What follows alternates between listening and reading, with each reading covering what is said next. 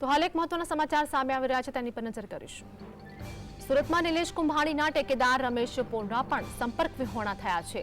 મહત્વપૂર્ણ સમાચાર આ સાથે જ જીએસટીવીની ટીમ ઠેકેદાર રમેશ પોંડાના ઘરે પહોંચી હતી, પરંતુ તેઓ સંપર્ક વિહોણા થયા છે. ઠેકેદાર રમેશ પોંડાના ઘરે પણ તાળું જોવા મળ્યું હતું.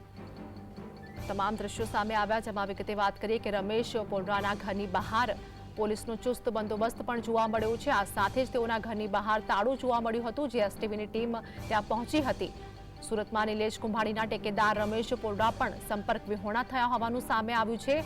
તો જીએસટીવીની ટીમ ત્યાં પહોંચી હતી ત્યારે ઠેકેદાર રમેશ પોંડાના ઘરે તાળું જોવા મળ્યું હતું.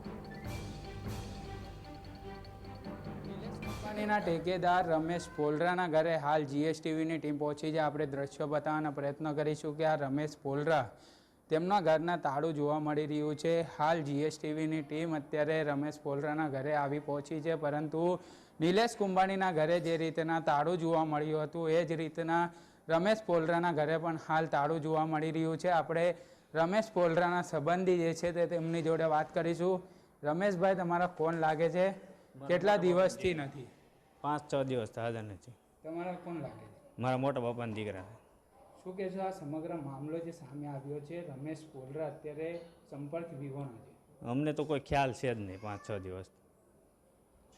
એટલો ખ્યાલ ખરી કે જે કોંગ્રેસનું સમગ્ર કાંડ બહાર આવ્યો છે એવું તો કોઈ ખ્યાલ જ નથી અમને.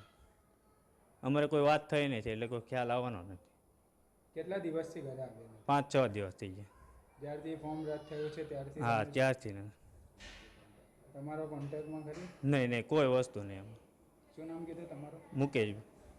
જી બિલકુલ, પરિવારના સભ્યો જણાવી રહ્યા છે કે 5 થી 6 દિવસ જેટલો સમય વીતી ગયો છે, પરંતુ રમેશ પોલરા સંપર્ક વિહોણા છે. એટલું જ નહીં, પરંતુ સૂત્રો થકી માહિતી મળી રહી છે કે સુરત ક્રાઇમ બ્રાન્ચની ટીમ દ્વારા તેમનું નિવેદન પણ લેવામાં આવ્યું છે. નિવેદનની અંદર સ્પષ્ટતા કરી છે કે હું કોઈ સંપર્ક વિહોણા નથી અને હું કોઈ મને અપહરણ કર્યું નથી, એવી વાતો પણ ક્રાઇમ બ્રાન્ચ સમક્ષ કરવામાં આવી હતી. આપણે ફરીથી દ્રશ્યો બતાવીશ કે આ જે ઘર છે તે રમેશ પોલરાનું છે. ફોર્મ રદ થયા બાદ તે ઘરેથી નાસી છૂટ્યા છે. અત્યાર સુધી રમેશ પોલરા પરિવારના પણ સંપર્કમાં નથી. હાલ તે ક્યાં છે તે પણ હાલ કોઈને ખબર નથી, પરંતુ સૂત્રો થકી માહિતી મળી રહી છે કે તે રમેશ પોલરા મુંબઈ જવા રવાના થઈ ચૂક્યા છે, એવી વાતો સામે આવી છે. સૂત્રો થકી માહિતી પણ મળી રહી છે કે જે ઠેકેદારો છે તેમના દ્વારા ક્યાંક ને ક્યાંક પૈસા પણ લેવામાં આવ્યા છે. આપણે પરિવારને ફરીથી પૂછીશું. માર્કેટની અંદર લોકચર્ચા ઉઠી છે. લોકો જણાવી રહ્યા છે કે જે ઠેકેદારો ઊભા રહ્યા હતા, રમેશ પોલરા હોય કે નિલેશ કુંભાણીના ભાગીદાર હોય કે પછી તેમના સંબંધીઓ હોય, તેમના દ્વારા પૈસા લેવામાં આવ્યા છે. એ વાત કેટલી સાચી? પણ અમને તો કોઈ વાતની ખ્યાલ જ નથી, તો કેમ ખબર પડવાની છે? રમેશ પોલરા દ્વારા કોઈ પૈસા લેવામાં આવ્યા છે એવી વાત? નહીં, એ બિલકુલ ખોટી વાત છે. બિલકુલ, પરિવાર જણાવી રહ્યો છે કે આ જે પૈસાની વાત છે તે તદ્દન ખોટી છે, એવી વાતો પણ પરિવારજનો કરવામાં આવી રહ્યા છે, પરંતુ પરિવારના સંપર્કમાં પણ રમેશ પોલરા નથી. હાલ જીએસટીવીની ટીમ પહોંચી છે, પરંતુ રમેશ પોલરાનું ઘર સતત તાળું જોવા મળી રહ્યું છે. સાહિલ જગતાપ.